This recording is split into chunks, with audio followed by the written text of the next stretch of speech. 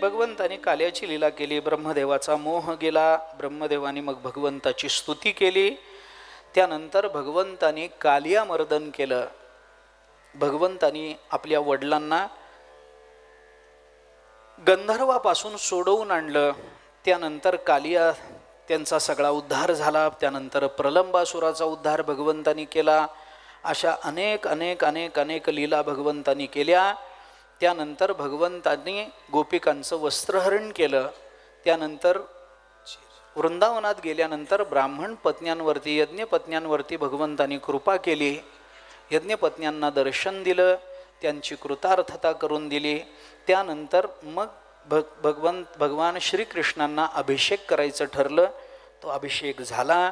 नंदांना वरुण लोकातल्या पहाटेच्या वेळेला नंद बाबा स्नानाला म्हणून यमुनेमध्ये गेले. कोणत्या वेळेला स्नानाला जावं याचे नियम आहेत. पहाटेची वेळ होती, अजून ब्रह्ममुहूर्त सुरू झाला नव्हता असं वाटलं. कुणाला? वरुण लोकाला वाटलं, कारण ती वेळ वरुणाच्या स्नानाची होती. त्यामुळे वरुणाला असं वाटलं की माझ्या काळामध्ये हा स्नानाला आला, पण हे योग्य वेळेला गेले होते. म्हणून वरुणाने नंदबाबाला नेऊन वरुण लोकाला ठेवलं. भगवंताला कळालं, भगवान तिथं गेले, वडिलांना सोडवून आणलं, सगळं झालं. आणि मग एके दिवशी भगवंतानी रासक्रीडा करायची असं ठरवलं. रासक्रीडा करायची ठरवली. ही रासक्रीडा आपल्याला भागवतामध्ये 5 अध्यायांमधून दिसते. 5 अध्यायामध्ये ही आली. याला रास पंचाध्यायी असं म्हणतात. ही रासक्रीडा हा भागवतातला एक फार अलौकिक प्रकार आहे.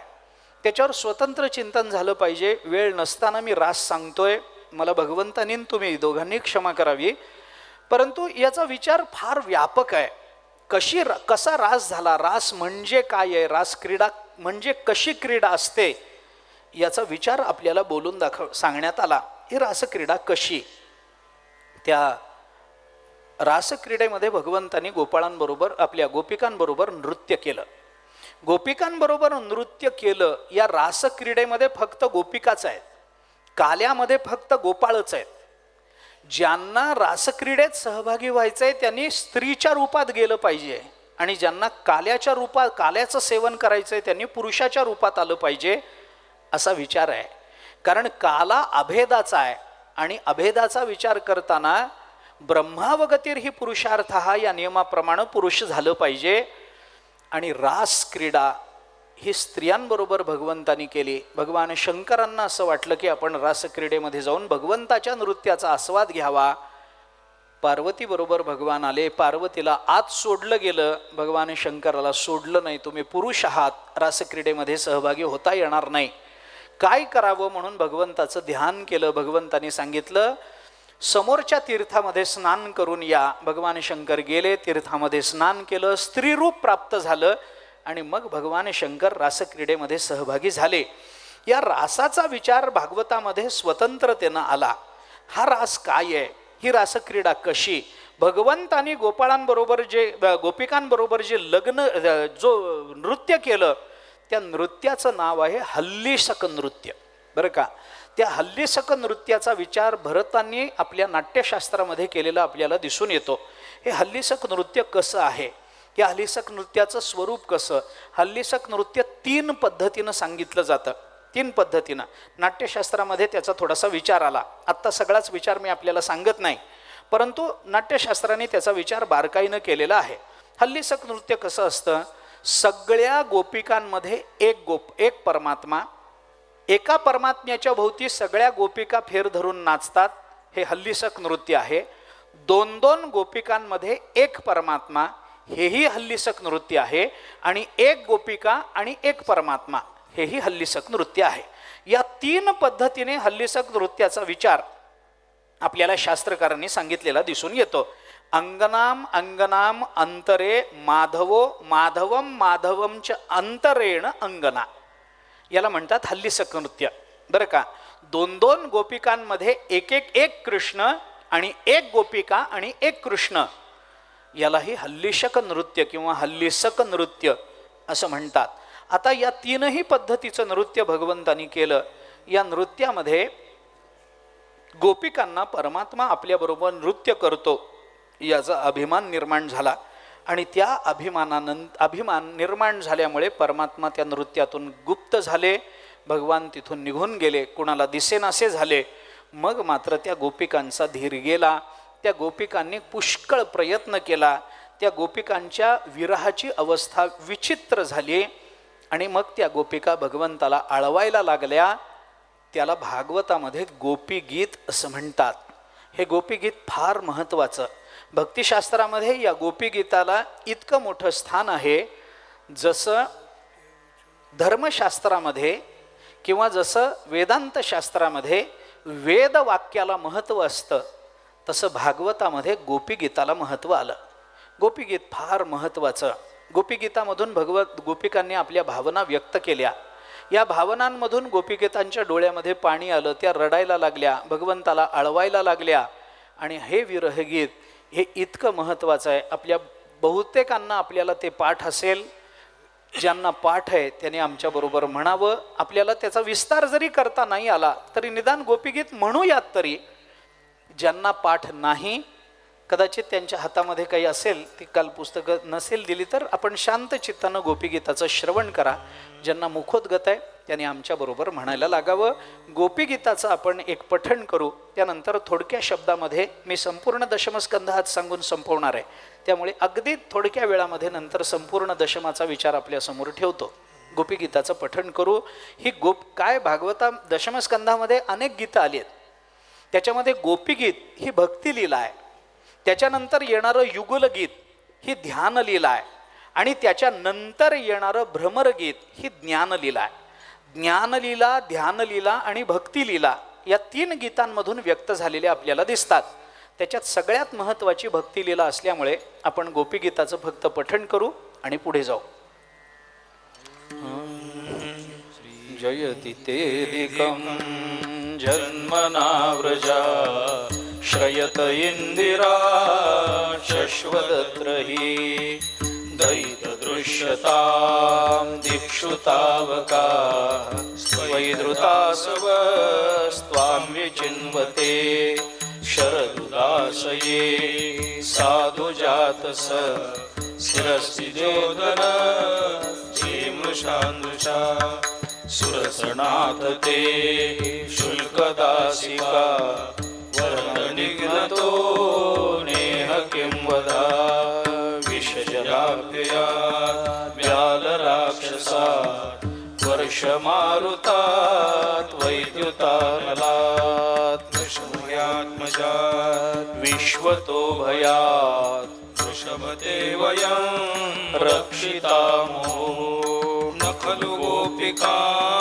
नन्दनो भवान् अखिल देहिनाम् अन्तरात्मगुरो विकंसाकितो विश्वगुप्तये सकौदेवान् सात्वतानुरे विरचिता भयं वृष्णिदुर्यते चरणमेयुषां संसुदेवया परसरोरुहं कान्तकामदं शिरसि देहिनां श्रीकराग्रहं व्रजजनार्तिहं वीरयोषिता निजजनस्मय हंसनस्मिता भज सखे भव किङ्करी स्मनो जलरुहारणं चारुदर्शय प्रणतदेहिनां पापकर्षणं तृणचरानुगं श्रीनिकेतनं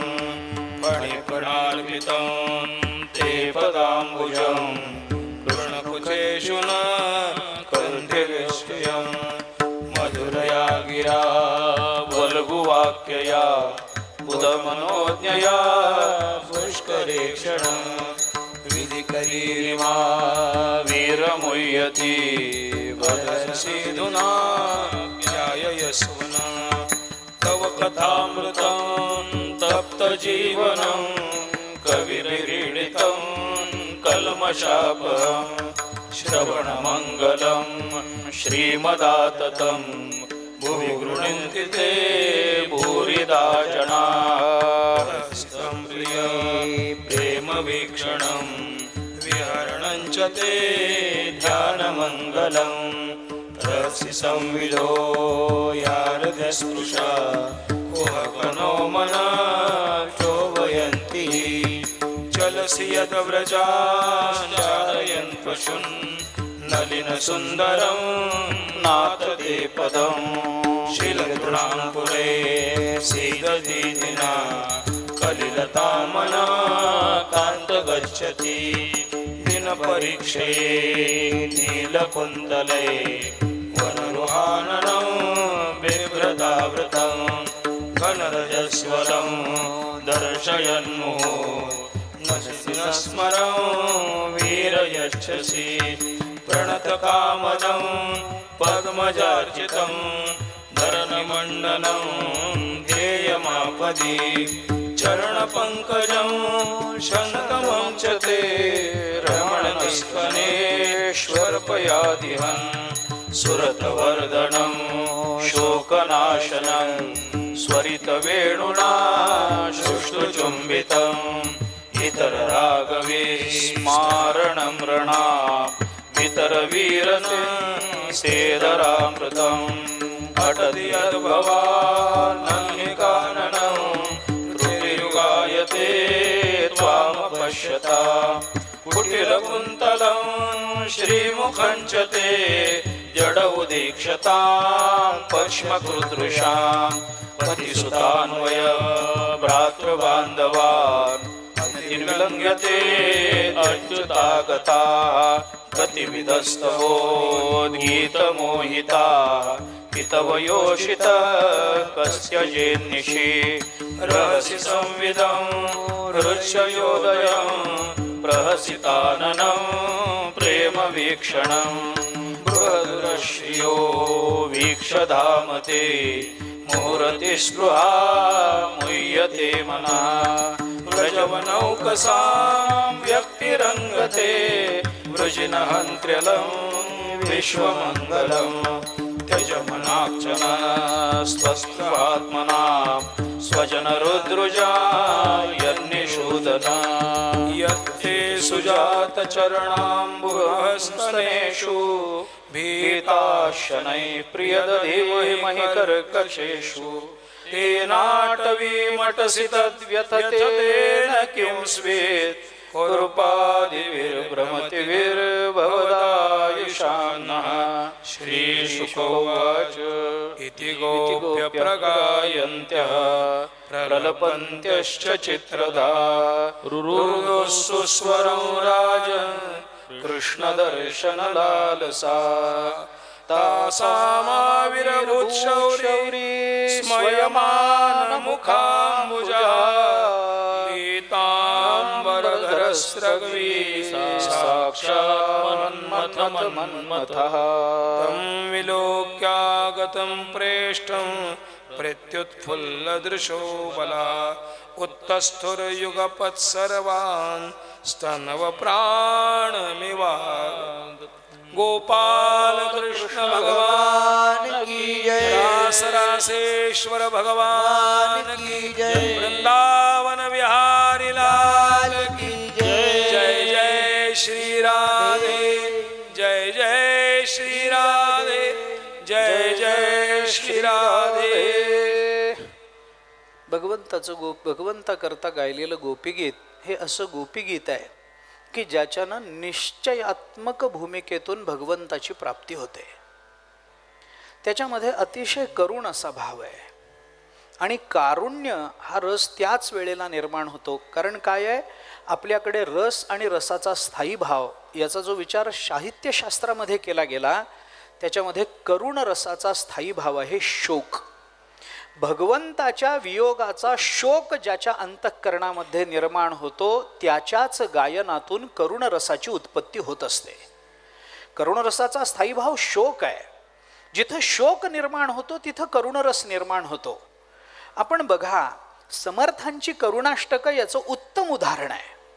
भगवंताची करुणाष्टकं अशा शब्दात बांधली गेलेली आहेत, अशा पद्धतीनं भाव व्यक्त होतो की ती करुणाष्टकं आपण जर शांत चित्तानं शांत कालामध्ये आणि शांत ठिकाणी जाऊन शांतपणाने म्हणायला लागलो तर भगवान आपल्या समोर उभे आहेत की काय असं आपल्याला वाटतं.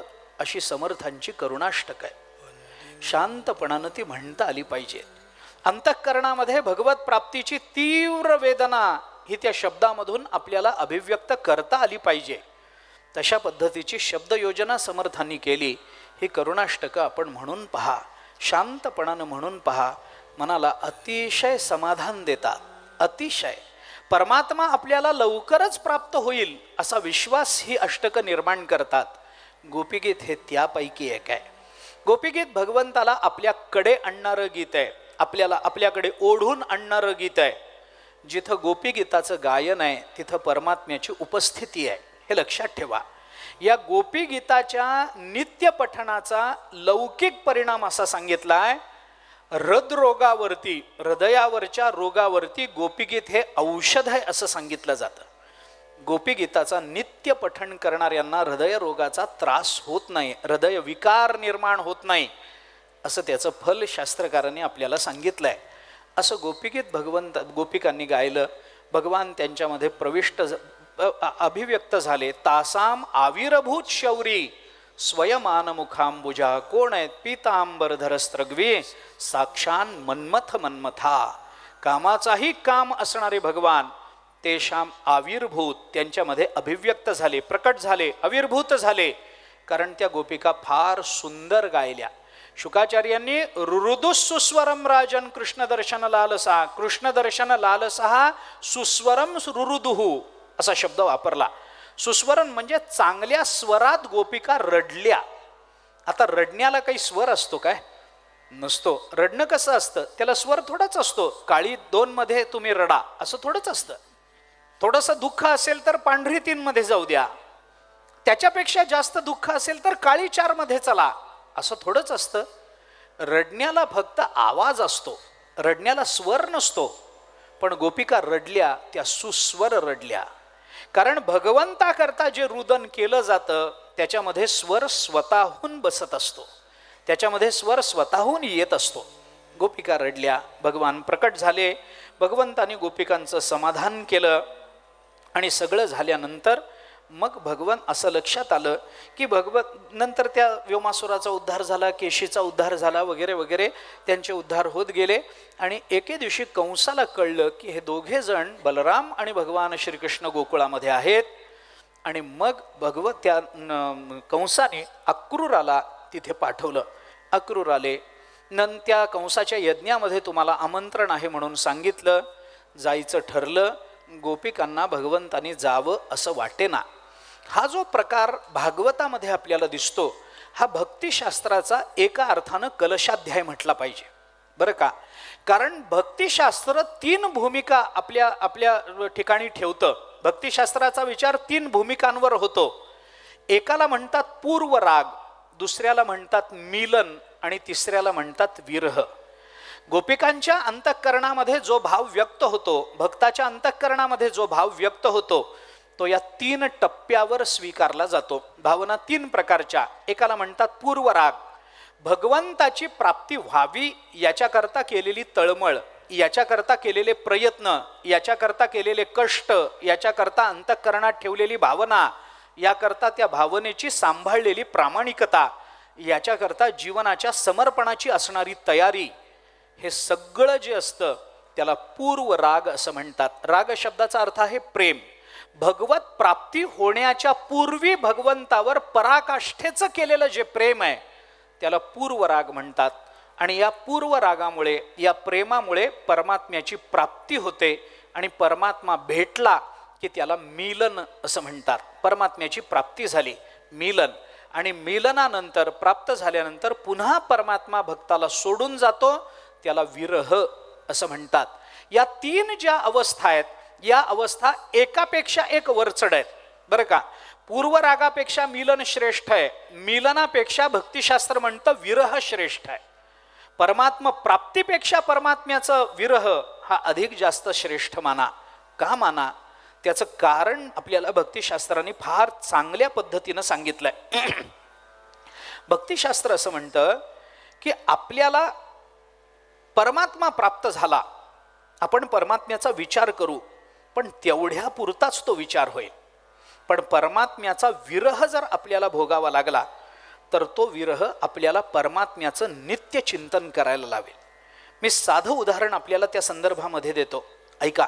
भक्तिशास्त्राने त्या संबंधामध्ये केलेला जो विचार आहे तोही आपल्या समोर मांडतो, पण आधी उदाहरण देतो. आपला मुलगा आपल्या घरी राहतो, त्यानंतर कधीतरी शिक्षणाकरता त्याला घर सोडून जावं लागतं. 12वी झाली, 12वी उत्तीर्ण झाला, कुठेतरी इंजिनिअरिंग मेडिकलला नंबर लागतो, कुठेतरी दुसऱ्या गावाला जावं लागतं, दुसऱ्या प्रदेशामध्ये जावं लागतं, परदेशामध्ये जावं लागतं. मुलं जातात, किंबहुना जाण्याकरताच आता शिकतात, अशी अवस्था झाली. सगळ्यांनाच जायची इच्छा आहे, सगळ्यांनाच जावं वाटतं, पण परत यावं वाटत नाही, हे दुर्दैव आहे.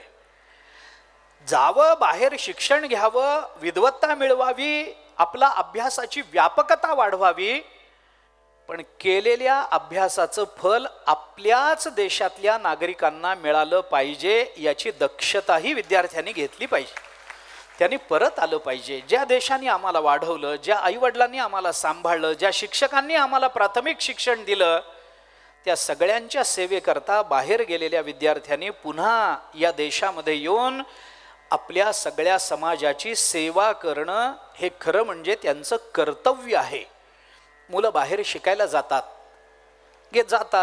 5 वर्ष 6 वर्ष राहतात, एखादं वर्ष भेटायला येतात.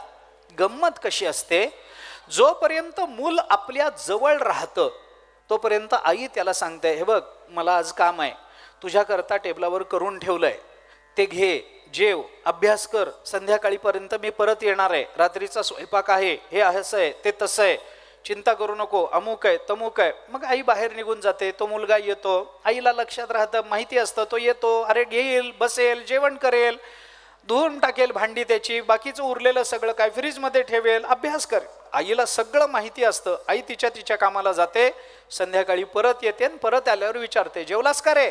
हां जेवलो आई. छान. आता मुलगा जवळ आहे, नित्य भेटतोय म्हणल्यानंतर त्याचं इतकं जास्त तीव्रतेनं चिंतन होत नाही. पण तोच मुलगा घर सोडून परदेशात गेला की आईला क्षणाक्षणाला त्याची आठवण येते. उठला असेल का? त्याला दूध कोण देणार आहे? मी जशी साखर टाकते तसं कोण त्याला साखर टाकून देणार? त्याला नाश्ता मिळतो का नाही देव जाणे, का एकदमच जेवण करतो? जेवण तरी कसं आहे कुणाला माहिती? डबे चांगले मिळतात का नाही? भाजी पोळी कशी असते कुणाला माहिती? काय खातो? आता जेवण झालं असेल का? आता काय चालू असेल? संध्याकाळी घरी आला असेल का? रात्री झोप लागते का नाही त्याला? बरोबर कोण असतं कुणाला माहिती? क्षणाला आई त्याचा विचार करते. का करते? तो जवळ आहे म्हणून का लांब आहे म्हणून? तो लांब आहे म्हणून. जवळ असणाऱ्याचा इतका विचार तीव्रतेनं केला जात नाही, कारण तो जवळ आहे म्हणल्यानंतर त्याला गृहीत धरल्या जातं.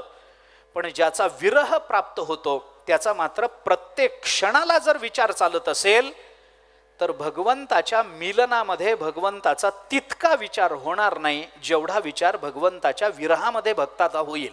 याच्याकरता मिलनापेक्षा विरह श्रेष्ठ मानला.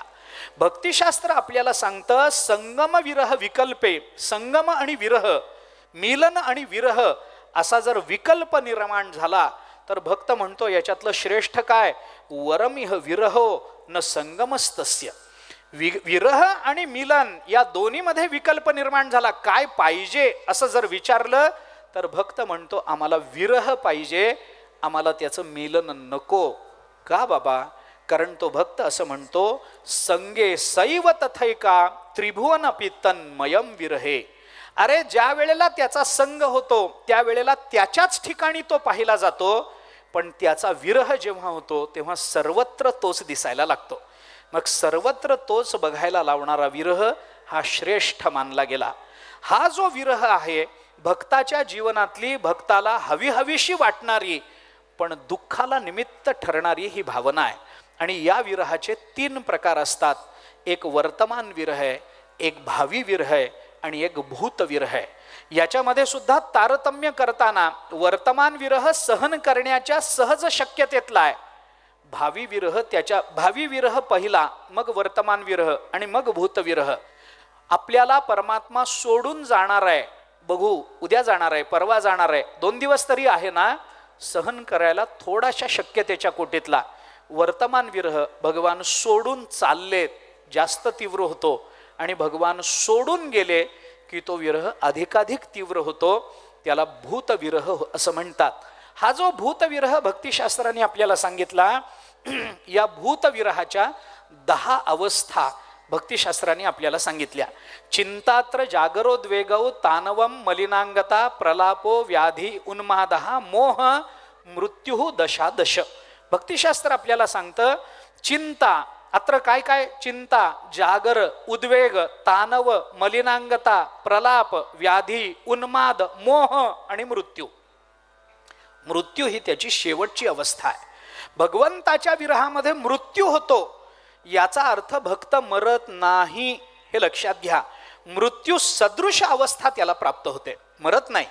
भगवंताच्या विरहात, मी आपल्याला एक वाक्य सांगतो, पटेल न पटेल माहित नाही, पण भगवंताच्या विरहात जो मरतो ना त्याला भक्त म्हणत नाही.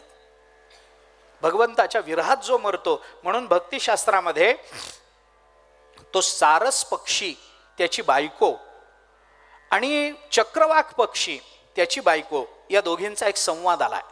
चक्रवाक आणि चक्रवाकीचं काय होतं, ते दिवसभर एकत्र राहतात आणि रात्री त्यांचा वियोग होतो. लिंगदेह कमळाचा पोटी वेचतया चित भ्रमराचा बंदिमोक्ष जयाचा उदयला होय.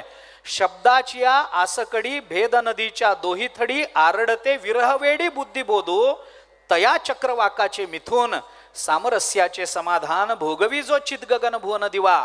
16व्या अध्यायाचं नमन बघा ज्ञानेश्वरीचं.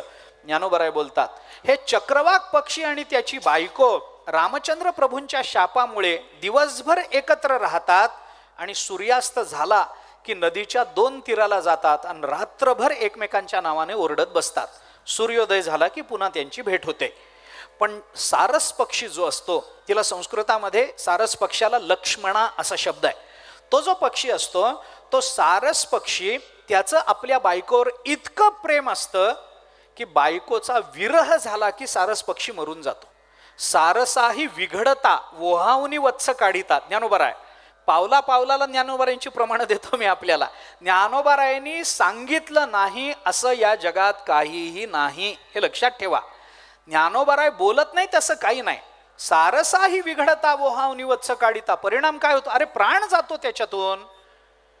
सारस पक्षी आपल्या बायकोपासून वेगळा झाला की मरतो आणि चक्रवाक पक्षी बायकोपासून वेगळा झाला की आरडाओरडा करतो, पण दुसऱ्या दिवशी भेटतो. एके दिवशी या दोघींची भेट झाली आणि ती सारसी जी होती ती चक्रवाकीला असं म्हणाली, काय ग म्हणे तुमचं प्रेम, काय या प्रेमाला खरा अर्थ आहे?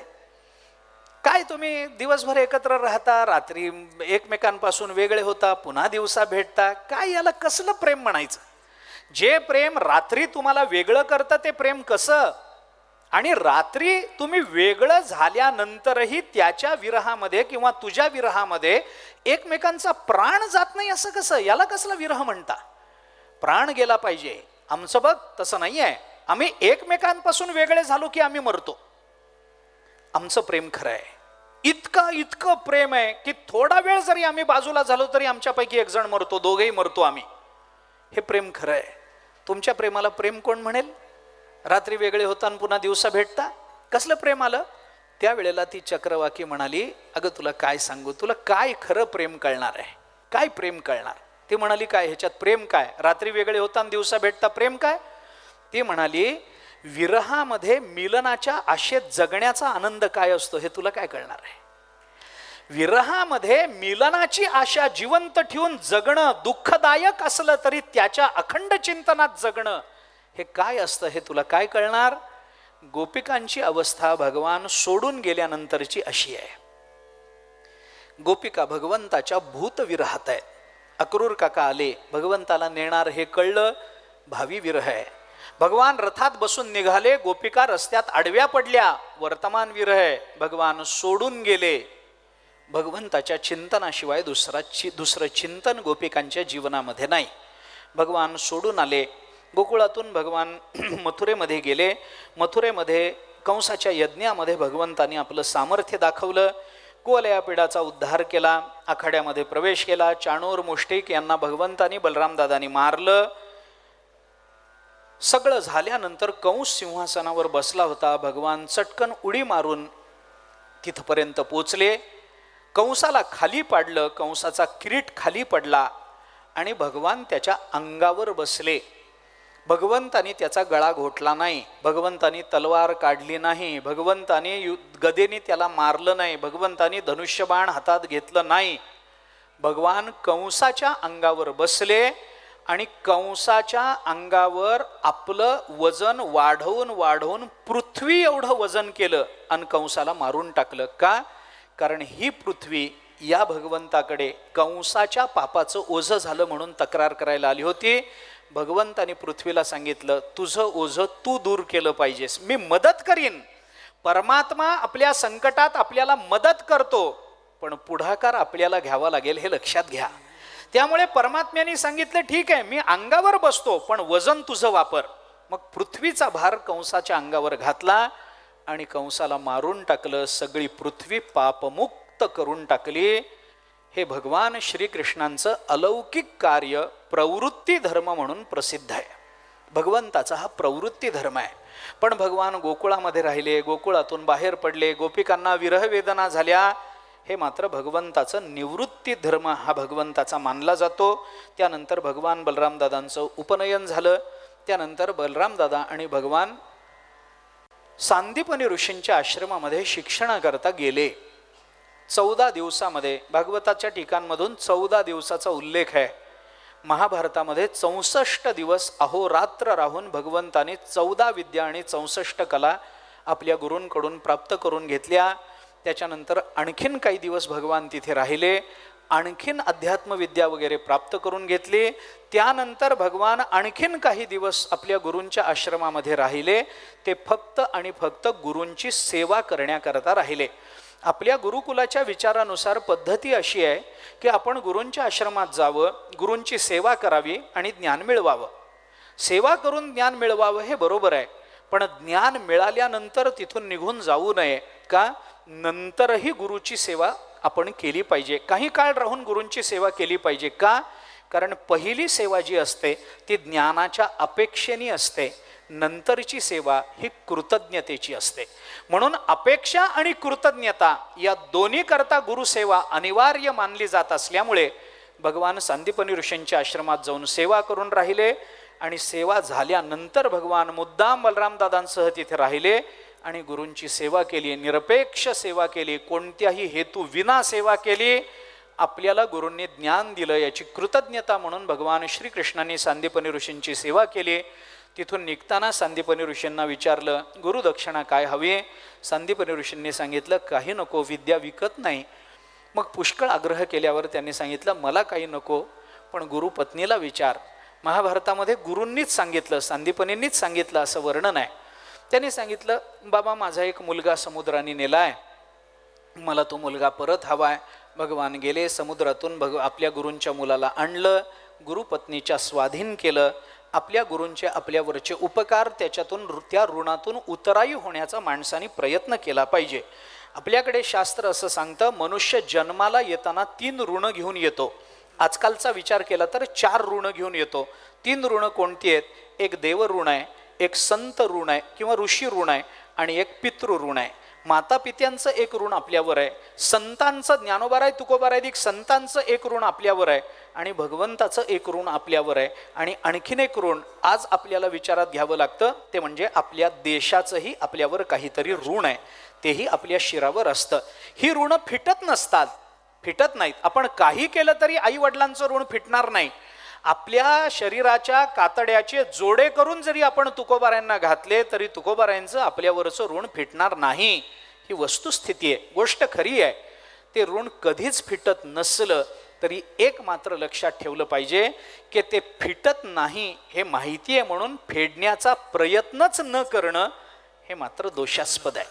आपल्याला एखादं काम जमत नाही आहे, मला जमत नाही म्हणून सोडून देणं, याच्यापेक्षा प्रयत्न करून जमलं नाही असं म्हणणं हे जास्त अभिमानाचं असतं, हे लक्षात ठेवा. प्रयत्नच न करता आपल्याला जमतच नाही असं म्हणून सोडून देणं श्रेयस्कर नाही. प्रयत्न करून जमलं नाही असं म्हणा, ते जास्त पण प्रयत्न केले पाहिजेत, ही वस्तुस्थिती आहे. भगवंताने आपल्या गुरूंच्या ऋणातून उतराई होण्याचा प्रयत्न केला. त्यानंतर भगवान इकडं आले, इकडंच राहिले. उद्धवांना एके दिवशी भगवंताने व्रजामध्ये पाठवलं, उद्धवा एकदा जाऊन या, गोकुळाची अवस्था काय आहे एकदा बघून या. मला स्मरण होतं त्यांचं. उद्धव गेले. गोपिकांचा आणि उद्धवाचा संवाद झाला. गोपिका चिडून बोलतात, रागावून बोलतात. त्याला भ्रमरगीत असं म्हटलं गेलं. हे भ्रमरगीत लेकी बोले सुने लागे या रूपाचं आहे. सगळं असलं तरी उद्धवांना बोलणं झालं. मग उद्धवांनी काय परिस्थिती सांगायची सांगितली. भगवान मथुरेमध्ये राहिले, तिथं कुब्जेच्या घरी गेले, नंतर अक्रूर काकाच्या घरी गेले, नंतर अक्रूर हस्तिनापुराला निघून गेले.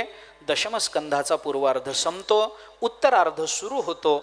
अवघ्या थोड्या वेळामध्ये उत्तरार्धाचा विचार सांगतो, कारण उद्या आपल्याला आपल्या कथेची सांगता करायची आहे. त्यामुळं हा सगळा विचार मला विस्तारानं सांगणं आत्ता तरी शक्य होणार नाही. त्रोटक रूपामध्ये मी दशमस्कंधाचा उत्तरार्ध आपल्यासमोर ठेवतो. त्यानंतर पांडवांच्या संबंधानं जरासंधाबरोबर युद्ध करायचं ठरलं, परंतु जरासंध काही हारला नाही. भगवंताला पळून यावं लागलं. चांगलं ठिकाण पाहिजे म्हणून द्वारकेची निर्मिती भगवंतानी केली. ही द्वारका भगवंतानी बांधली, समुद्रामध्ये बांधली, जरासंधापासून लपून राहायचं म्हणून बांधली. त्यानंतर मग मुचकुंदाच्या रूपानं, मुचकुंदाच्या राजाच्या आधारानं भगवंतानी कालयवनाचा उद्धार केला, त्याचा नाश केला. त्यानंतर मग भगवान तिथून द्वारकेला गेले, बलरामा दादांबरोबर तिथं राहिले. त्यानंतर भगवंताचा तिथं विवाह झाला. तो विवाह होत असताना कसा व्हायचा, कसं काय, त्याच वेळेला रुक्मिणी मातेकडे भगवंताच्या चरित्राचं गान करत सुदेव नावाचा ब्राह्मण गेला. वारंवार रुक्मिणी मातेला अनेकांकडून भगवंताच्या संबंधानं काही ऐकायला मिळत होतं आणि भगवंताच्या त्या श्रवणातून रुक्मिणी मातेच्या अंतःकरणाचा निश्चय असा झाला की हाच माझा पती आहे, इतर कोणी माझं पती होऊ शकत नाही. मग रुक्मिणी मातेने भगवंताला पत्र पाठवलं. त्या पत्रामध्ये त्या सुदैव ब्राह्मणांच्या हस्ते ते पत्र पाठवलं. त्या पत्रामध्ये ती रुक्मिणी, तोपर्यंत भगवान आणि रुक्मिणी माता भेटलेले नाहीत, एकमेकांना पाहिलेलं नाही. ते रुक्मिणी माता देवाला पत्र पाठवून सांगते की तुम्हीच माझे पती आहात, मी दुसऱ्याला वरू शकत नाही. तुम्ही माझे पती आहात, तुम्ही कसे आहात, काय आहात, याचं वर्णन रुक्मिणी माता पत्रातून करते. ती भगवंताला सांगते, श्रुत्वा गुणान भुवन सुंदर शृण्वतांते निर्विश्य कर्ण विवरैहि हरतोंगतापम रूपम दृशाम दृशिमताम अखिलार्थलाभम त्वय्यच्युता विशती चित्तमपत्रपम मे कात्वा मुकुंद महती कुल शील रूप. सगळं वर्णन रुक्मिणी माता करते. भगवंताला सांगते की देवा तुम्ही त्रिभुवनामध्ये सुंदर आहात. तुमच्या गुणांचं श्रवण करताना तुमचे गुण जेव्हा आमच्या कर्णरंध्रातून आतमध्ये प्रविष्ट होतात त्यावेळेला हरतोंग तापम, आमच्या जीवनातले सगळे ताप त्याच्याने निवृत्त होतात. आणि जे तुम्हाला तुमचं दर्शन करतात त्यांच्या जीवनामध्ये त्यांना सर्व सुख, सर्व काही वैभव प्राप्त होतं. हा तुमच्या दर्शनाचा परिणाम आहे. श्रुत्वा गुणान भुवन सुंदर शृण्वतांते निर्विश्य कर्णविवरैहि हरतोंगतापम रूपम दृशाम दृशिमताम अखिलार्थ लाभम. तुमचं दर्शन जो घेतो अखिलार्थ लाभम त्वय्यच्युता विशती चित्तम अपत्रपम मे. रुक्मिणी माता बोलून दाखवते आणि म्हणून तिने भगवंताला त्रिभुवन सुंदर असं म्हटलंय. सौंदर्य ते आहे. आपल्याकडे सौंदर्याची चिकित्सा आता शास्त्रीय दृष्टीने होते. अलीकडे त्याला एस्थेटिक्स म्हणून स्वतंत्र विषय मानला गेला. पण भागवतामध्ये सौंदर्य शास्त्राचा, ज्ञानेश्वरीमध्ये सौंदर्य शास्त्राचा जसा विचार आला, खरं म्हणजे भागवत, ज्ञानेश्वरी हेच ग्रंथ एस्थेटिक विषयाचे खरे म्हणजे ग्रंथ आहेत. विद्यापीठाने ते लावले पाहिजेत, पण लावत नाही कोणी. कसं सौंदर्य कसं असतं, रूपात्मक सौंदर्य कोणतं, गुणात्मक सौंदर्य कोणतं, हे रुक्मिणी मातेने दाखवून दिलं. गुणात्मक सौंदर्य ते की ज्या सौंदर्यामुळे अंतःकरणाचा ताप निवृत्त होतो, आणि रूपात्मक सौंदर्य जे आहे की ज्याच्या दर्शनाने आपल्या जीवनामध्ये सौभाग्यशालित्व येतं, त्याला सुंदर असं म्हणतात. सुंदर सौभाग्य. आणि त्या आचार्याने त्या विष्णू सहस्त्रनामामध्ये सुंदर हे भगवंताचं नाव आलं की नाही. उद्भव सुंदर सुंदो रत्ननाभ सुलोचन अर्को वाजशन शृंगी जयंत सर्व विजयी. भगवंताचं एक नावच आलं सुंदर. त्या सुंदर नावावर भाष्य करताना विष्णू सहस्त्रनाम भाष्यामध्ये जगद्गुरु शंकराचार्यांनी सुंदर शब्दाचा अर्थ सांगितला. विश्वातिशायी सौभाग्यशालित्वात सुंदर हा. सकल विश्वाचं सकल सौभाग्य ज्याच्या वाट्याला येतं त्याला सुंदर असं म्हणतात. सौभाग्य वाट्याला येणं हे सुंदर आहे. म्हणून ज्ञानोबारायांनी सौभाग्य सुंदरू लावण्य सागरू बापरखुमा देवीवरू श्री विठ्ठलू अशी शब्द योजना केली. सौभाग्याचा आणि सौंदर्याचा संबंध आचार्यांकडून ज्ञानोबाऱ्यांनी घेतला आणि आचार्यांनी नामात ठेवला, ज्ञानोबाऱ्यांनी रूपात आणून बसवला. इतकाच फरक त्याच्यामध्ये ज्ञानोबाऱ्यांनी केला. आता हा सगळा विचार रुक्मिणी मातेच्या अंतःकरणात आहे. रुक्मिणी माता म्हणते, देवा तुम्ही मला येऊन नेलं पाहिजे, मला घेऊन जा. बाकीचे माझ्याकडे बघतात, माझ्या भावाची इच्छा मला शिशुपालाला द्यावं अशी आहे, पण माझी इच्छा मी तुम्हालाच वरावं अशी आहे. भगवंताजवळ ते पत्र घेऊन सुदैव आले. आल्यानंतर भगवंताने ते वाचलं. भगवंताच्या अंतःकरणाला ती तळमळ कळाली. भगवंतालाही हे माहिती होतं की ज्यांना आपण तुम्ही कौंडिण्यपुराला जा म्हणून आज्ञा करून आलो, रुक्मिणी माता हीच आहे, रुक्मिणी ही आहे. मग त्या प्रसंगामध्ये लग्न वगैरे ठरलं. त्या प्रसंगामध्ये गिरिजादेवीच्या दर्शनाला गेलेली असताना रुक्मिणी माता भगवान तिथं गेले. रुक्मिणी मातेचं हरण केलं. आले, मागे लागलेल्या सगळ्यांना मारलं, रुक्मीचा अपमान केला. रुक्मीचा प्रतिज्ञाभंग झाल्यामुळे रुक्मी गावाबाहेर राहिला. कालांतरानं बलराम दादाने त्या रुक्मीला मारून टाकलं असा इतिहास नंतरच्या काळामध्ये आपल्याला दिसतो. त्यानंतर भगवंताचं लग्न झालं. भगवंताने विधिवत रुक्मिणी मातेशी लग्न केलं. त्यानंतर बाकीच्या सगळ्यांनी भगवंतावर आक्रमण करण्याचा प्रयत्न केला. भगवंताने कुणालाही सोडलं नाही. त्यानंतर मग प्रद्युम्नाचा जन्म झाला वगैरे. भगवंताचा प्रपंच गृहस्थाश्रम सुरू झाला. मध्ये स्यमंतक मण्याचा प्रसंग येतो. त्या स्यमंतक मण्याच्या प्रसंगातून भगवंताला दुसऱ्या पत्नीचा लाभ झाला, ती म्हणजे सत्यभामा. सत्राजित नावाचा राजा, त्याच्याकडे स्यमंतक मणी होता. भगवंतावर त्याचा आळ आला. स्यमंतकाला ते कळलं. मग भगवंताला ते स्यमंतक मणी आणि आपली मुलगी सत्यभामा हे दोन्ही सत्राजितांनी देऊन टाकलं. भगवंताला दुसरी पत्नी मिळाली. मग भगवंताचा विवाह झाला चांगल्या पद्धतीनं. सत्यभामेबरोबर सुद्धा भगवंताने शास्त्रीय दृष्टीने लग्न केलं. त्यानंतर भगवंताचे अन्य विवाह झाले. 16,108 विवाह भगवंतानी केले. आमचे गुरुजी भागवतामध्ये म्हणायचे की भगवंतानी 16,108 लग्न केली. या आकड्याला काही अर्थ आहे का? म्हणजे 108 आपले माळेचे म्हणे 108 असतात, अमुक 108 शुभ आकडा आपण समजतो. मग भगवंतानी 16,108 लग्न केली, याला काही अर्थ आहे का? तर आमचे गुरुजी सांगायचे भगवंतानी 16,108च लग्न केली कारण 9वी मिळाली नाही म्हणून, दुसरं काही कारण नाही. 9वी मिळाली असती तर हा बाबा त्यालाही तयार होता. 108 केले काय, 9 केले काय, त्याला काय फरक पडणार आहे? अनेक लग्न. तसं जर बघितलं ना तर भक्तिशास्त्राच्या दृष्टीने परमात्मा एकटाच पुरुष आहे, बाकी सगळ्या स्त्रियाच आहेत. मी दाढी असली तरी स्त्रीच आहे, वेणी असली तरी स्त्रीच आहे. परमात्मा एकटाच पुरुष आहे या जगतामध्ये, भक्तिशास्त्र मानतं. आणि त्या दृष्टीने म्हणून लग्न प्रत्येकाचं होईल तर ते परमात्म्याशीच होईल. म्हणून आपल्याकडे लग्नामध्ये सुद्धा जे कन्यादान असतं, त्या कन्यादानाचा जो संकल्प आहे, त्या संकल्पामध्ये तो वधूपिता काय संकल्प करतो? मी माझी लक्ष्मी स्वरूप असणारी कन्या या विष्णू स्वरूप असणाऱ्या वराला प्रदान करतो आहे, एवढाच संकल्प आहे ना. बाकी काय आहे? कन्यादानामध्ये काय आहे? हे दान कुणाला चाललंय? परमात्म्यालाच चाललंय, कारण परमात्मा एकटाच पुरुष आहे. म्हणून अनेक विवाह नंतर भगवंतानी केले. एके दिवशी नंतर भगवंताला पुढे पुत्र झाले, पौत्र झाले.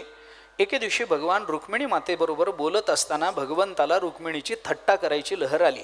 म्हणून भगवंतानी रुक्मिणीला विचारलं, काय ग म्हणे रुक्मिणी, माझ्याबरोबर लग्न करून तुला काय? हे नातू झाल्यानंतर आहे बरं, हे भगवंताला नातू झाल्यानंतरची कथा आहे.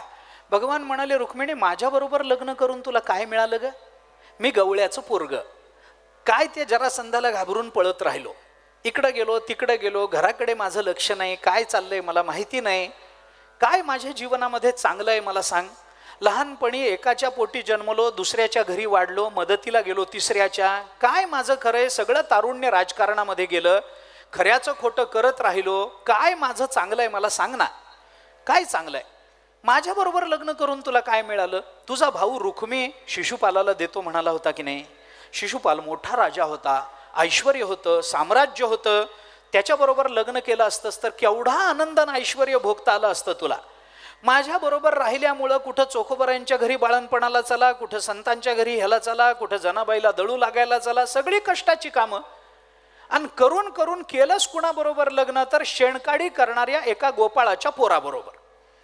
गाय, गाईचं शेण, गोमूत्र याच्यामध्येच आमचं जीवन गेलं सगळं. काय मिळालं तुला? कशा करता हे सगळे उद्योग केले असशील तू?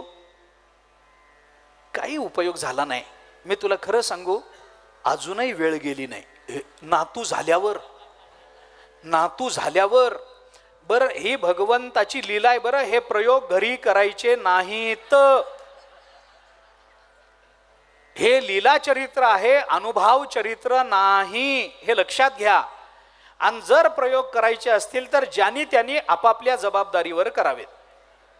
भागवतात सांगितलंय म्हणून नाही. नातू झाल्यावर भगवान म्हणाले, रुक्मिणी अजूनही वेळ गेली नाही. काय असतं त्याच्यामध्ये? तुझं सौंदर्य बघ. अजून कोणी तुला म्हातारं म्हणायला तयार नाही. तुला वाटत असलं तर मी स्वतः शिशुपालाकडे तुझा निरोप घेऊन जातो. मी जातो, मी लग्न लावून देतो. तू माझी बायको होतीस, आहेस आतापर्यंत, बरोबर आहे, पण मी वयानं मोठा आहे, तुला कन्या म्हणून तुझा कन्यादान करतो. नवरा बोलतो बायको बरोबर, हे प्रयोग करायचे नाहीत. पुन्हा एकदा सांगतो, रुक्मिणी मातेला भगवान बोलले, भगवान आपल्याला सोडून देणार हा विचार रुक्मिणी मातेच्या मनात आला. थर थर थर थर कापायला लागली. अंग सगळं घामानं चिंब झालं. चक्कर येऊन खाली पडली. आणि मग भगवान धावत गेले. कुठं वारा घाल, कुठं फू फू कर, कुठं वैद्याला बोलवा रे म्हणून आरडाओरडा कर. पाणी मारलं तोंडावर, पाणी पाजलं, थोडंसं उठून बसवलं, विचारलं काय झालं? म्हणे देवा मला सोडून देणार तुम्ही? माझं कसं होईल हो? भगवान म्हणाले, अगं रुक्मिणी मी विनोदानं बोललो तुझ्याकरता, तुझ्याबरोबर विनोद होता. मी सोडीन का तुला? आणि मी सोडलं तर तू सुटशील का? हां, हे प्रयोग घरी करून बघा, आवर्जून करून बघा. मी कसा सोडीन तुला रुक्मिणी? अगं हा गृहस्थाश्रम आहे. गृहस्थाश्रमामध्ये आपल्या या आश्रमाकरता, या आश्रमाच्या आनंदाकरता रात्रंदिवस झटणाऱ्या गृहस्थाश्रमी पुरुषाला विनोदाचे जे काही प्रसंग येतात ते आपल्या पत्नीबरोबरच साजरे करावे लागतात. म्हणून तुझी थोडीशी थट्टा केली. गृहस्थाश्रमी माणसाला अशा पद्धतीनं विनोद करूनच आपला गृहस्थाश्रम आनंदाचा ठेवता येतो. राग राग, चीड चीड, असंच झालं तसंच झालं, हेच तेच, अमुकच कमी पडलं तमुकच कमी पडलं, तुझ्या माहेरच्या लोकांनी हेच केलं, माझ्या सासरच्या लोकांनी हेच केलं, तुझं सासरच असं आणि हेच असं, याच्याने गृहस्थाश्रम आनंदाचा राहत नाही. विनोद हवा. गृहस्थाश्रमामध्ये पत्नीबरोबर विनोद करता आला पाहिजे. एका घरामध्ये सगळे जेवायला बसले आणि त्या घरातल्या स्त्रीकडून त्या दिवशी आमटीमध्ये मीठ कमी पडलं, मीठ विसरली. सगळे जेवायला बसले, सासू सासरे नवरा मुलं जेवायला बसले. नवऱ्याने पहिला घास आमटीचा खाल्ला, मीठ नाही. तो इतका संतापला. तो म्हणाला, मी दिवसभर ऑफिसमध्ये राब राबतो, घरी येऊन 2 घास सुखाचे खावेत म्हणलं तर तू मला सुखाचं अन्न देत नाहीस. काही कळतं की नाही तुला? साधा आमटी करता येत नाही तुला? अकला कुठं ठेवता? स्वयंपाक करताना बुद्धी काय गहाण ठेवता काय? तुझ्या आईबापांनी तुला स्वयंपाक करायला शिकवलं नाही काय? ती म्हणाली, अहो रोजच करते आमटी, एखाद दिवशी मीठ विसरलं. एखाद दिवशी विसरतं म्हणजे काय? मी एखाद्या दिवशी पगार आणायला विसरू दे का? चालेल का तुला? नाही नाही नाही नाही ते बोलला. ती म्हणाली, अहो पानात मीठ वाढलंय, वाटीत टाकून घ्या, काय बिघडतं? मग मला हेच करायचं असतं तर मी स्वयंपाक केला नसता का? तू अशीच आहेस, तू मूर्खच आहेस, तुला कळतच नाही, स्वयंपाकच जमत नाही, कसलंच सुख मला तू देत नाहीस. नाही नाही ते बोलला. सगळे चिडीचूप झाले, मुलं घाबरली, आई वडील गप्प बसले. नंतर तिने आमटीमध्ये मीठ टाकलं, पण एकदा जेवणाची चव गेली ती गेली. कर्मधर्म योग असा की त्या दिवशी त्या घराच्या शेजारच्या घरात पण त्या स्त्रीला आमटीमध्ये मीठ टाकायचं लक्षात नाही, तीही आमटीमध्ये मीठ टाकायची विसरली. काही काही रोग संसर्गजन्य असतात. तसं ही विसरली, ही पण विसरली. हिचाही नवरा, सासू सासरे मुलं जेवायला बसले. नवऱ्याने पहिला घास घेतला, आमटीत मीठ नाही, चेहऱ्यावर काही दाखवलं नाही. मुलाशी बोलत राहिला, बाळा काय रे निकाल लागला का परीक्षेचा? मुलांनी सांगितलं, हो बाबा. काय लागला? तो म्हणला, बाबा वर्गात नाही शाळेत पहिला आलो. वा वा वा वा, अभिनंदन, छान छान छान, असंच शिक, मोठा हो, तू हुशारच आहेस, तुला चांगल्या कॉलेजमध्ये प्रवेश मिळेल, तिथेही असाच अभ्यास कर, तिथेही वर्गात पहिला ये, विद्यापीठात पहिला ये, सुवर्ण पदक मिळव, बाहेर जा, भरपूर शिक, भरपूर छान मार्क मिळव, चांगलं शिक्षण मिळालं की तुला चांगली नोकरी मिळेल, चांगली नोकरी म्हणजे चांगला पगार त्या नोकरीचा तुला मिळेल, भरपूर पगाराची नोकरी घे आणि पहिला पगार झाला की त्या पगारातून एक मिठाचा पुडा आपल्या आईला आणून दे. मग ती आई म्हणाली, अरे मीठ विसरलं का, टाकते हा. तिने मीठ नाही टाकलं तरी त्या दिवशीचा स्वयंपाक चवदार आहे. आपल्या घरामध्ये गृहस्थाश्रमाचं जीवन जगताना अल्पस्वल्प विनोद करत करत करत आपल्या गृहस्थाश्रमाचा आनंद आपल्याला मिळवावा लागत असतो. कारण गृहस्थाश्रम धन्य करणारा जरी असला तरी गृहस्थाश्रम हा संसार आहे आणि संसार आम्हाला सुख देत नसतो. याच्याकरता असे विनोद गृहस्थाश्रमांनी केले पाहिजेत. घरातलं वातावरण खेळकर आनंदी असं ठेवलं पाहिजे. अंतःकरणाला उल्हास वाटावा असं वातावरण आपल्या घरात आलं असावं लागतं. बाहेर गेलेल्या माणसाला घरी यायची ओढ निर्माण व्हावी असा आनंद आपल्या घरात आपल्याला निर्माण करता यावा हे सांगण्याकरता भगवंतानी अशा लीला केल्या. भगवंतानी रुक्मिणी बरोबर संवाद केला. त्यानंतर मग पुढं नृगराजाची कथा येते. बाणासुराबरोबर भगवंताचं युद्ध झालं. हे सगळं झालं आणि मग हे कौरव पांडवांचं युद्ध झालं. त्याच्यामध्ये भगवंतानी न धरी शस्त्र करी मी गोष्टी सांगेन युक्तीच्या चार वगैरे वगैरे सांगितलं. भगवंताला पांडवांच्या पक्षात जायचं होतं. अर्जुनाने मागून घेतलं. भगवान म्हणाले, मी कोणत्याही पद्धतीचा तुम्हाला शस्त्र धारण करून तुमच्याबरोबर युद्ध करणार नाही. गरज पडली तर 4 युक्तीच्या गोष्टी सांगेन. आणि त्या युक्तीच्या गोष्टी सांगताना भगवंतानी श्रीमद भगवद्गीता सांगितली. या भगवद्गीतेमध्ये 4 युक्तीच्या गोष्टी आपल्याला दिसून येतात. नासतो विद्यते भावो नाभावो विद्यते सतः ही एक गोष्ट युक्तीची म्हणून सांगितली गेली. कर्मण्येवाधिकार असते मा फलेषु कदाचन मा कर्मफल हे तुर्भुर माते संगोस्त्व कर्मणी. युक्तीची दुसरी गोष्ट मन्मना भव मद्भक्तो मद्याजिमाम नमस्कुरु मामे वैश्यसी युक्तैव मात्मानं मत्परायणः. युक्तीची तिसरी गोष्ट आणि सर्व धर्मान् परित्यज्य मामेकं शरणं व्रज अहं त्वा सर्व पापेभ्यो मोक्षयिष्यामि मा शुचः. या युक्तीच्या 4 गोष्टी आपल्याला भगवद्गीतेमध्ये भगवंतानी सांगितलेल्या दिसतात. या युक्तीने जर आपल्याला जीवन जगता आलं तर आपल्यालाही नष्टो मोहा म्हणायची संधी आहे हे लक्षात घेतलं पाहिजे. भगवंतानी युद्धामध्ये सहभाग घेतला. त्या युद्धामध्ये बलरामदादांनी सहभाग घेतला नाही. बलरामदादा तीर्थयात्रेला गेले. त्यानंतर शेवटी दुर्योधनाचं भीमाचं युद्ध झालं. भीमाने कमरेच्या खाली प्रहार केला. त्यामुळे बलरामदादा रागावले. कौरवांवरही एक वेळ बलरामदादांचा कोप झाला होता. त्यानंतर मग भगवंताचा गृहस्थाश्रम पुढं चालू राहिला. भगवंताचे पांडवांनी राजसूय यज्ञाचं आयोजन केलं. भगवान तिथं गेले. भगवंतानी राजसूय यज्ञामध्ये कुणाकुणी काय काय करायचं असा विचार आला. भगवंताला मुख्य ठरवण्यात आलं. बैठक भरली. कुणाकुणाकडे काय काय द्यायचं हे ठरलं. भगवंतानी सांगितलं दुर्योधनाकडे आपला कोश द्या, दुर्योधनाला खजिनदार करा. पांडव म्हणाले, देवा काहीतरी काय सांगता, दुर्योधन शत्रू आहे, त्याला कसा कोश द्यायचा. भगवंतानी सांगितलं मी सांगतो म्हणून द्यायचा.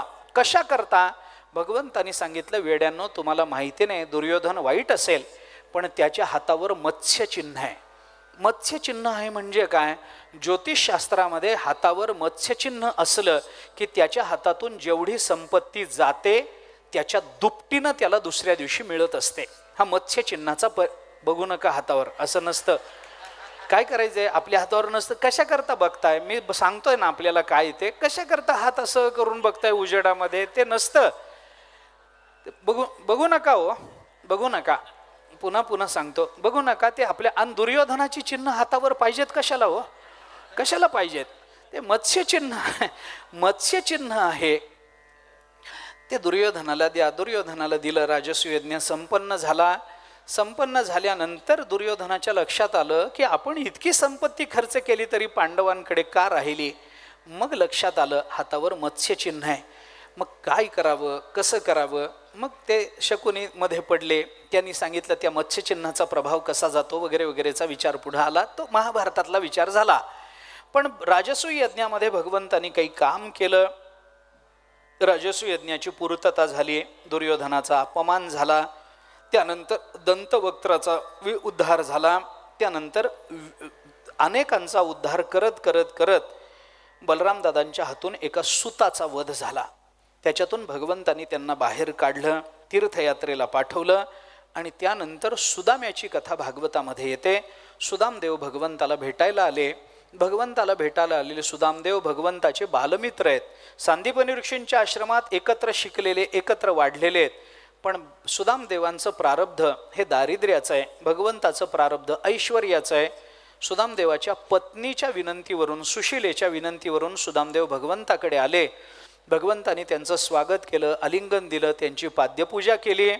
आणि सुदामदेव दशग्रंथी ब्राह्मण आहेत, त्यांची पूजा केली पाहिजे म्हणून त्यांची पूजा केली. पण मित्र आहे हेही विसरता आलं नाही. सुदामदेवांना भगवंताने ऐश्वर्य दिलं. इतकी पूजा सुंदर केली आहे. एका महात्म्याने त्याचं वर्णन करताना 2 ओळीमध्ये, मोठं काव्य आहे, पण 2 ओळीमध्ये भगवंतानी केलेल्या पूजेचं वर्णन त्यांनी फार सुंदर केलं. भाव आणि कर्तव्य यांचा समन्वय करावा तर भगवंतानी करावा. आपल्या अंतःकरणातला सुदामदेवाबद्दलचा भाव आणि ब्राह्मण पूजेचं कर्तव्य या दोन्ही गोष्टी भगवंतानी अत्यंत सुस्थितीत, अत्यंत समन्वित भूमिकेमध्ये मांडलेले आपल्याला दिसतात. भगवंताच्या मनात भाव आहे, हा माझा मित्र आहे पण दरिद्री आहे, त्याला आपण श्रीमंत केलं पाहिजे, त्याला मोठं केलं पाहिजे, पण तो पूज्यही आहे. मग पूज्य आहे, भाव आहे, त्याचं दारिद्र्य बघवत नाही, डोळ्यात पाणी आलं पण पूजाही करावी लागते. भगवंतानी पूजा कशी केली याचं वर्णन आलं. देखी सुदामा की दिनदशा, करुणा करके करुणानिधी रोये. सुदाम्याची दीन अवस्था बघून करुणानिधी असणारे परमात्मा रडले. देखी सुदामा की दिनदशा, करुणा करके करुणानिधी रोये. पानी परात को हात छियो नहीं, नैनन के जलसे पगद होये. आपल्या डोळ्यात आलेल्या पाण्याने भगवंतानी सुदामदेवाच्या चरणांचं प्रक्षालन केलं. सुदामदेवाला आहेर केला. सुदामदेवाच्या अंतःकरणातला भाव वेगळा. भगवंतानी सुदामदेवाचे पोहे काढून घेतले. भगवंतानी पूजा केली. पूजा करताना भगवंतानी सुदामदेवांना गंध लावलं. हे गंध भगवंतानी लावलं ते सरळ नाही, असं गंध लावलं. आपण गंध लावताना असं लावतो, समोरच्याला लावताना असं लावावं लागतं. उजवीकडून डावीकडे आपल्याला गंध लावावं लागतं. तसं भगवंतानी उजवीकडून डावीकडे असं गंध लावलं. का लावलं? त्याचं कारण असं आहे की भगवंताने हे ओळखलं की असंच गंध लावलं पाहिजे. कारण ब्रह्मदेवाने सुदामदेवाच्या कपाळावर भाग्य लिहिताना डावीकडून उजवीकडे लिहिलं होतं आणि त्या भाग्यात लिहिलं होतं याला श्री क्षय आहे. श्री म्हणजे संपत्ती, संपत्तीचा याच्या जीवनात क्षय आहे म्हणजे हा दरिद्री होणार आहे, असं ब्रह्मदेवाने सुदामदेवाच्या कपाळावर असं लिहिलं होतं. भगवंतानी गंध लावण्याच्या निमित्तानं ती अक्षराशी उलटी करून टाकली आणि भगवंतानी भाग्य बदलून त्याचं यक्षश्री असं केलं. यक्ष म्हणजे कुबेर, आणि कुबेराकडे जेवढी संपत्ती आहे तेवढी याच्या भाग्यात आहे असं भगवंतानी गंध लावण्याच्या निमित्तानं त्याचं प्रारब्ध बदलून टाकलं. आणि श्रीक्षय ज्याच्या जीवनामध्ये होता त्याच्या जीवनामध्ये तो यक्षश्री झाला. भगवंतानी त्याला सुवर्णाची नगरी दिली. थोडे पोह्याच्या मोबदल्यामध्ये नामदेवराय वर्णन करतात. सुदामा ब्राह्मण दुःखे दरिद्रे पिढीला, मुष्टी पोहे घेऊन या त्याचे भेटी लागी गेला. शुद्ध भाव देखून या गाव सोनियाचा दिला. जंबुया द्वीपा माझी एक पंढरपूर गाव, धर्माचे नगर देखा विठो पाटील त्याचे नाव. चला जाऊ तया ठाया काही प्रेम मागाया. नामदेवरायांनी वर्णन केलं. परमात्म्याने सुदामदेवाला सुवर्ण नगरी दिली, सुदाम नगरी तिचं नाव ठेवलं. त्यानंतर भगवंतानी एके दिवशी असं ठरवलं, ऐश्वर्याची प्राप्ती झाली, तो विषय संपला. आणि एके दिवशी भगवंतानी असं ठरवलं की बलराम दादांबरोबर गोपिकांची भेट घ्यावी. भगवंतानी एका तीर्थक्षेत्रामध्ये ग्रहणाचं निमित्त करून सगळ्यांची भेट घेतली. त्यानंतर वसुदेवांचं बोलणं झालं. भगवंताच्या राण्या आणि द्रौपदी यांचा एक सुंदर संवाद भागवतामध्ये येतो. आत्ता सांगायला वेळ नाही आपल्याला, पण आपण घरी जाऊन तो वाचाल. भगवंतानंतर वसुदेवानी काही यज्ञ केला, त्या यज्ञामध्ये भगवान सहभागी झाले. त्यानंतर मग एके दिवशी ते सगळं करून भगवान अर्जुनाला घेऊन आपल्या घरी आले. घरी आल्यानंतर अर्जुनाने सुभद्रेला बघितलं. अर्जुनाचं मन सुभद्रेवर गेलं. भगवंतानी अर्जुनाला मदत केली. अर्जुनाला संन्यास घ्यायला लावला आणि संन्यास घ्यायला लावून त्याचं लग्न करून दिलं. हे लक्षात घ्या. ज्ञानोबारांनी भाष्य केलंय त्याच्यावर. संन्यासी तुवा हो निजनी, चोरोनी नेली माझी भगिनी, असं भगवानच अर्जुनाला ज्ञानेश्वरीमध्ये म्हणतात. भगवंताने सुभद्रेचं हरण करायला लावलं. नंतर त्याच्यावर बलरामदादा चिडले, पण भगवंतानी त्यांना शांत केलं आणि अर्जुनच सुभद्रे करता कसा योग्य आहे हे त्यांना पटवून दिलं. त्यानंतर अर्जुन आणि सुभद्रा यांचा विधिवत विवाह झाला. ते झाल्यानंतर मग एके दिवशी श्रुतदेव ब्राह्मण आणि जनक राजा या दोघांनी भगवंताला एकाच दिवशी आमंत्रण दिलं. दोघांनी एकदमच आमंत्रण दिलं, देवा आमच्याकडे या. जनक राजाने आमंत्रण दिलं, श्रुतदेवानी आमंत्रण दिलं. आता भगवान विचार करतात कुठं जावं. जनका राजाकडे गेलं तर लोक म्हणतात बघा श्रीमंतीकडे वळले, आणि दारिद्र्याकडे आले. जर श्रुतदेवाकडे आले तर लोक म्हणतील बघा एवढा मोठा राजा म्हणजे देव असतो, त्यांनी दिलेलं आमंत्रण यांना मानवलं नाही. मग भगवंतानी 2 रूपं एकसमयावच्छेदानं धारण केली आणि एकाच वेळेला भगवान राजाकडे आणि श्रुतदेवाकडे गेले. भगवंतानी त्याही निमित्तानं आपलं ऐश्वर्य जगताच्या समोर व्यक्त केलं. त्यानंतर वेदस्तुती येते. वेदस्तुती हा भागवतातला फार सुंदर विषय. तो तात्विक आहे पण ऐकण्यासारखा आहे. कठीण आहे पण फार जीवनाचं समाधान करणारा आहे. आपल्या ज्ञानाला एक विशिष्ट दर्जा देणारी वेदस्तुती आहे. आपल्याला जे ज्ञान सामान्य परोक्षत्वानं असतं त्याला अपरोक्षत्वामध्ये परिवर्तित करण्याचं सामर्थ्य या वेदस्तुतीमध्ये आहे. ही वेदस्तुती ही झाली. या वेदस्तुती ही शेवटी झाली. कारण काय आहे याच्यामध्ये, भगवंताकडे पहिल्यांदा सगळ्या आपण काल बोलून आलो, या वेदातल्या सगळ्या श्रुती या भगवंताकडे गेल्या आणि भगवंताला सांगितलं की देवा आम्हाला तुमचा निर्गुण निराकार नेहमी माहिती आहे आणि नेती म्हणून त्याचं वर्णन अतद व्यावृत्तीने करावं लागतं. तुमच्या सगुणाचा विग्रहाचा आनंद जर आम्हाला घ्यायचा असेल तर भगवंतांनी सांगितलं त्याच्याकरता तुम्ही गोकुळामध्ये या. मग त्या सगळ्या गोपिका त्या सगळ्या श्रुती गोकुळामध्ये गोपिका झाल्या. वेदातल्या कर्मपर श्रुती गोकुळातल्या सुना आहेत, वेदातल्या ज्ञानपर श्रुती गोकुळातल्या मुली आहेत आणि वेदातल्या भक्तिपर श्रुती या गोकुळातल्या सासवा आहेत. कोणी सुना, कोणी लेकी, कोणी एकी स्वतंत्रा, अशा 3 पद्धतीच्या स्त्रिया गोकुळामध्ये होत्या. या सगळ्या वेदगर्भीच्या श्रुतीनाथ महाराज म्हणतात, त्या जाण वेदगर्भीच्या श्रुती रूपे नव्हे मतप्राप्ती, त्या परतल्या नेती माझी सुखसंगती न पवती त्या. आणि म्हणून तिथं श्रुतींना बोलावून घेऊन त्यांच्याबरोबर जर क्रीडा केली असेल तर भगवंताच्या लक्षात आलं आता आपल्याला अवतार समाप्तीचे वेद आहेत. आता आपल्याला 12 स्कंधामध्ये अवतार समाप्ती करायची आहे. त्याच्याकरता या वेद जो गोपिकांच्या रूपाने आला त्या वेदाला परत आपल्याला पाठवलं पाहिजे. म्हणून पुन्हा एकदा वेदस्तुती शेवटी प्रकट झाली. ही वेदस्तुती वेदाला स्वस्थानात जाण्याकरता आहे आणि ती पहिली वेदस्तुती वेदाला गोपिकांच्या रूपानं प्रकट करण्याकरता आहे. अशा दोन्ही पद्धतीनं वेदस्तुतीचा विचार आपल्याला भागवताच्या अंतर्गत करता येतो. त्यानंतर मग भृगु ऋषीने ब्रह्मा विष्णू महेशाची परीक्षा घेतली, लाथ मारली. भगवंतानी श्रीवत्सलांचन अत्यंत अभिमानानं आपल्या हृदयावरती मिरवलं. त्यानंतर भगवंताच्या लीला विहाराचं वर्णन येऊन दशमस्कंध संपतो. या दशमस्कंधामध्ये भगवंताचं फक्त प्रेम दिसतं. ते गोपाळांच्या संबंधानं आहे, गोपिकांच्या संबंधानं आहे, भक्ताच्या संबंधानं आहे, प्रियजनांच्या संबंधानं आहे, परिवारजनाच्या संबंधानं आहे, गोपिकांच्या संबंधानं आहे, मित्राच्या संबंधानं आहे, सख्याच्या संबंधानं आहे, आपल्या पत्न्यांच्या संबंधानं आहे. पण प्रेम आईवडिलांच्या संबंधानं आहे. पण प्रेम आणि प्रेम याच्या व्यतिरिक्त दशमस्कंधामध्ये दुसरं काहीही येत नाही. त्याच्यानंतर 11 स्कंधाला प्रारंभ होतो. आपली वेळ संपली म्हणून फक्त इथं थांबतो.